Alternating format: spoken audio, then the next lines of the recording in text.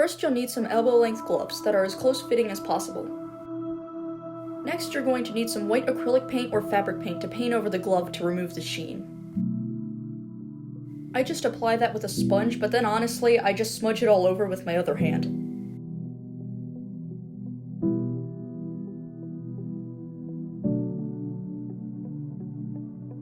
As you can see, the paint makes a big difference. Now to create the veins.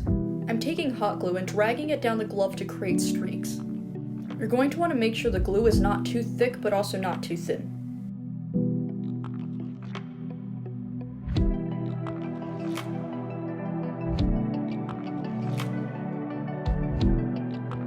To make it look more realistic, I'm going over it with some white acrylic paint.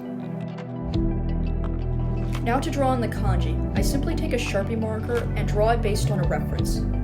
While I did this while the glove was on, I had to do parts of it with it off, so make sure you put something in between the glove so that way it doesn't stain the other side.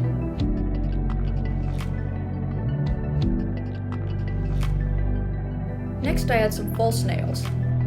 I glue everything on with contact cement so that way there's no way it'll come off, but I'd always recommend bringing some extra nails.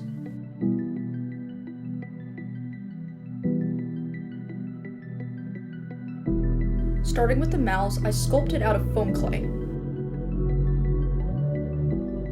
I do this in multiple segments, then put them all together at the end.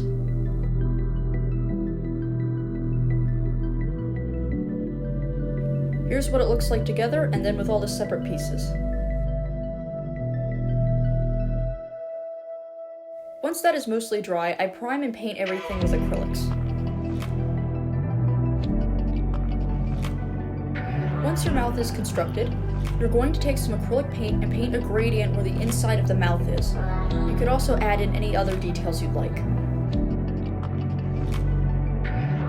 When attaching the mouth, make sure that the mouth is curved slightly so that way it has a 3D effect.